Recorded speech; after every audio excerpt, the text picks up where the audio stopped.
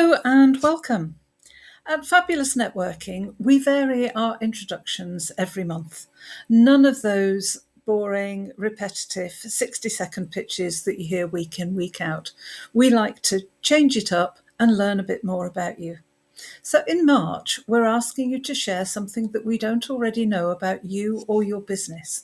And that can be a great tactic wherever you do your networking and whenever you've got to do a 60-second pitch, particularly if you're speaking to a room full of people that you have already met, who probably know the basic rudiments of what you do.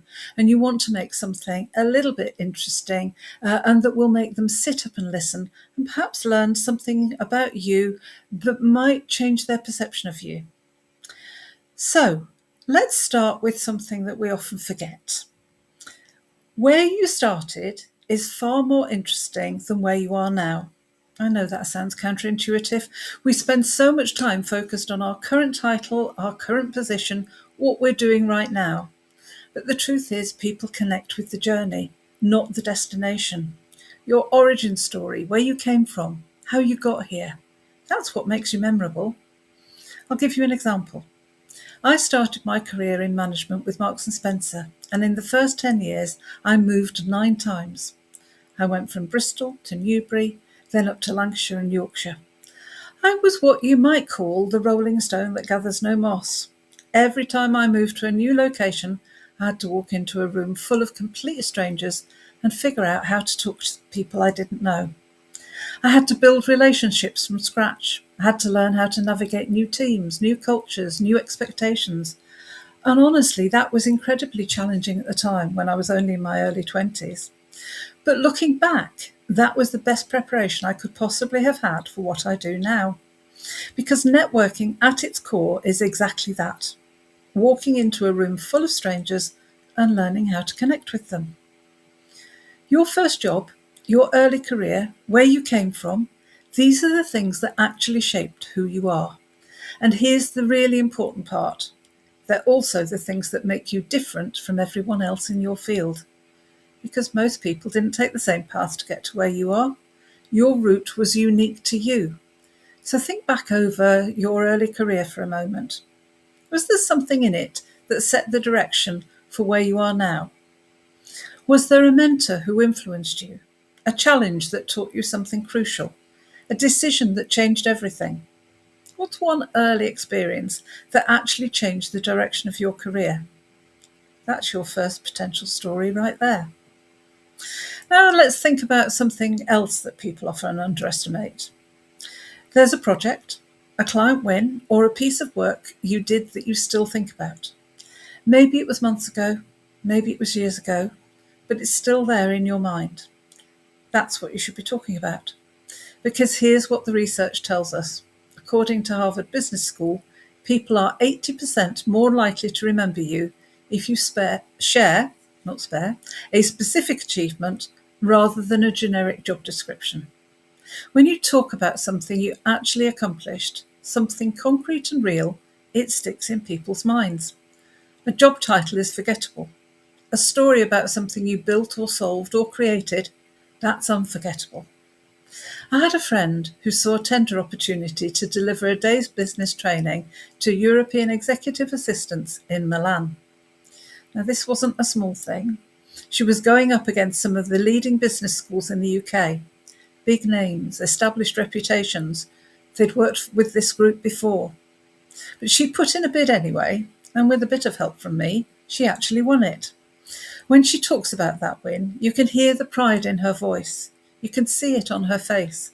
And people remember her for it. They remember her as someone who can compete at that level, who can deliver at that standard, who can win against the odds.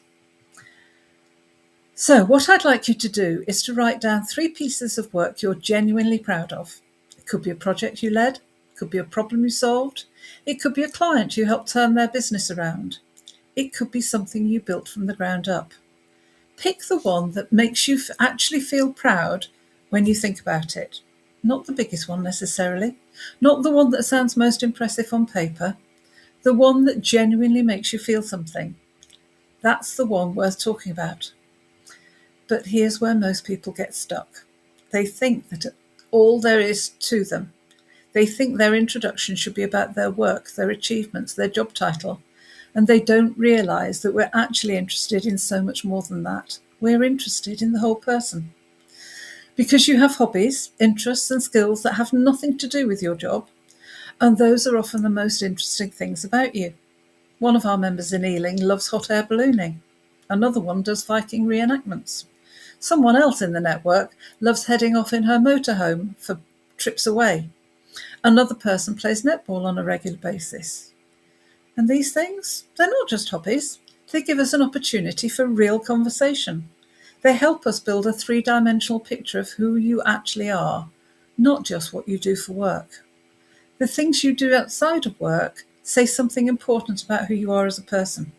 If you're into rock climbing, that tells us something about your courage and your willingness to take risks. If you're learning to paint, that tells me something about your creativity and your commitment to growth.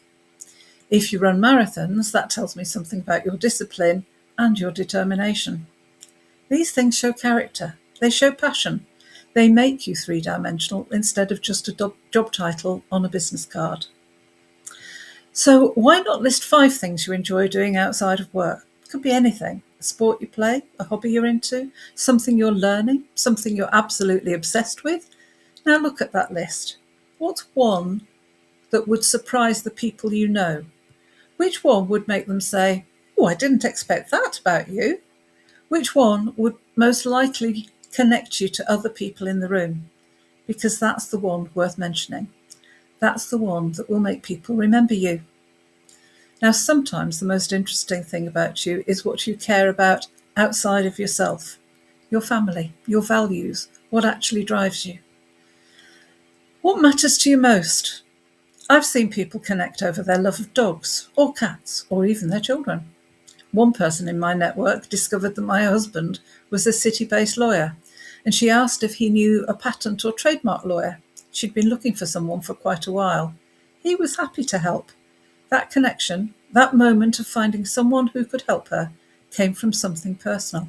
It came from knowing that my husband was a lawyer, which she only knew because I'd mentioned it in passing.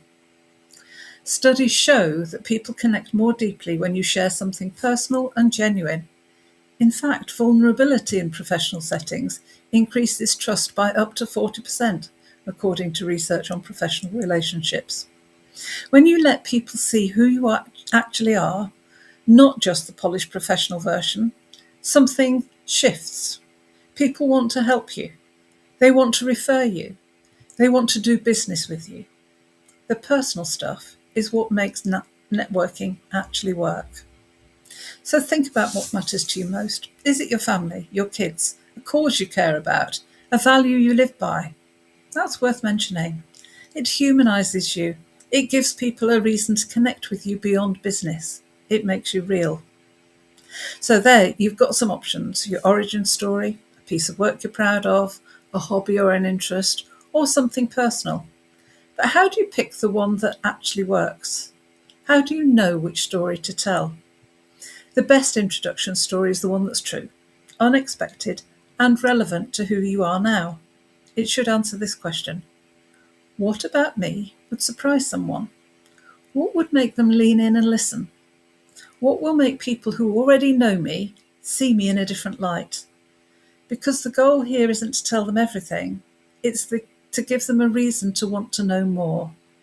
So go through your notes, check your origin story, your proud achievement, your hobby, or your personal notes, and pick the one that feels the most genuine. The one that when you say it out loud makes you feel proud or excited or even a little bit vulnerable. That's the one that's going to resonate. That's the one that will stick with people. And that's the one we'd like to hear at our networking introductions in March, or any other networking event where we might meet you. Have a few of these stories up your sleeve, because they'll really help you stand out and make people listen when you're networking. Not that same pitch that you delivered last week and the week before and were still delivering last year, because we've switched off to that. We're not hearing it anymore. We know it almost word for word. We want to know something different, something that connects us to you. So good luck, and I look forward to hearing your stories.